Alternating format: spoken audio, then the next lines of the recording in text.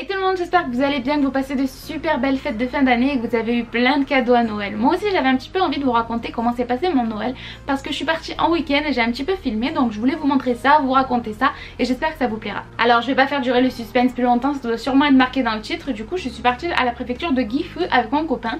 J'ai choisi cet endroit parce que je voulais absolument avoir un Noël blanc, je voulais voir énormément de neige. Il y en avait un petit peu, pas énormément, mais du coup j'étais contente quand même. En fait je considère quand même que c'était plutôt un mauvais choix parce que ça nous a pris une dizaine d'heures aller, une dizaine d'heures retour pour du coup aller et revenir de Gifu. Mais on est resté que 2 jours, donc une seule nuit sur place. Donc en gros on a passé très peu de temps là-bas. Et j'ai trouvé ça un petit peu dommage parce que c'était vraiment super long les transports pour aussi peu de temps sur place. La raison pour laquelle ça nous a pris une dizaine d'heures, c'est qu'on n'a pas pris le Shinkansen en fait parce qu'on est pauvre. Donc on a pris que des trains locaux qui sont beaucoup moins chers mais qui prennent beaucoup plus de temps. Et bien évidemment l'hôtel était super loin de la ville, donc il a fallu aussi qu'on fasse 1h30 de bus pour atteindre l'hôtel. Donc c'était vraiment très long. Mais enfin l'hôtel était vraiment super mignon, j'ai trouvé ça très joli, ça faisait très traditionnel. Et la raison pour laquelle j'ai choisi ces hôtels, c'est parce qu'on pouvait avoir accès aux onsen privés, donc un en extérieur, un en intérieur. Et c'était vraiment super bien, j'ai adoré. J'adore pouvoir me relaxer dans cette immense baignoire parce que la baignoire de chez moi elle est toute petite.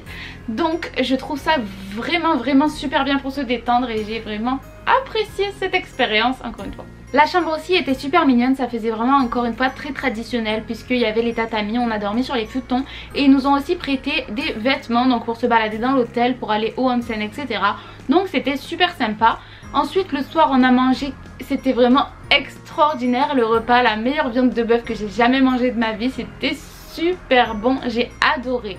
J'ai un petit peu moins apprécié le petit déjeuner le lendemain matin, tout simplement parce que je suis encore habituée au petit déjeuner sucré. J'ai beaucoup de mal avec les petits déjeuners salés, je sais que je devrais m'adapter, mais moi quand je me réveille le matin mon corps me crie qu'il veut du sucre et non pas du sel.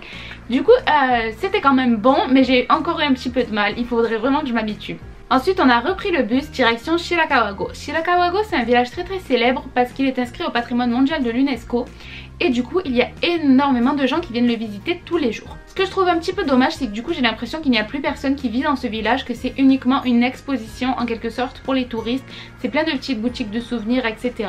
C'est mignon quand même, mais je trouve ça un petit peu dommage que ça ait perdu, comment dire, de son authenticité. Ce qui fait que Shirakawa-go est célèbre, c'est principalement l'architecture et comment ils font les toits des maisons en fait.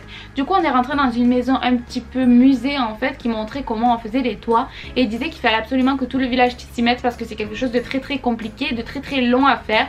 Du coup tout le village s'y mettait pour faire une seule maison. C'était vraiment très intéressant j'ai trouvé parce que c'était un type de toit que j'avais jamais vu, un type d'architecture que je n'avais jamais vu non plus. Du coup j'ai trouvé ça intéressant à découvrir. Après je voulais absolument voir Shirakawa-go sous la neige, donc on est venu en plein hiver. Malheureusement il ne neigeait pas, j'ai trouvé ça un petit peu dommage, mais bon c'était joli quand même, mais je pense que ça doit être encore plus joli sous la neige. Le midi on a encore mangé des trucs super bons, je vous laisse un petit peu admirer les images parce que c'était vraiment excellent.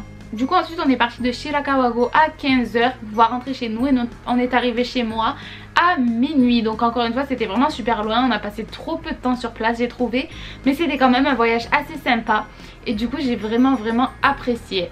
Du coup je vous ai pas parlé des cadeaux, mon copain nous a offert des bagues de couple assorties et je les trouve trop mignonnes, je les adore et je suis vraiment trop contente, donc maintenant je la porte tous les jours.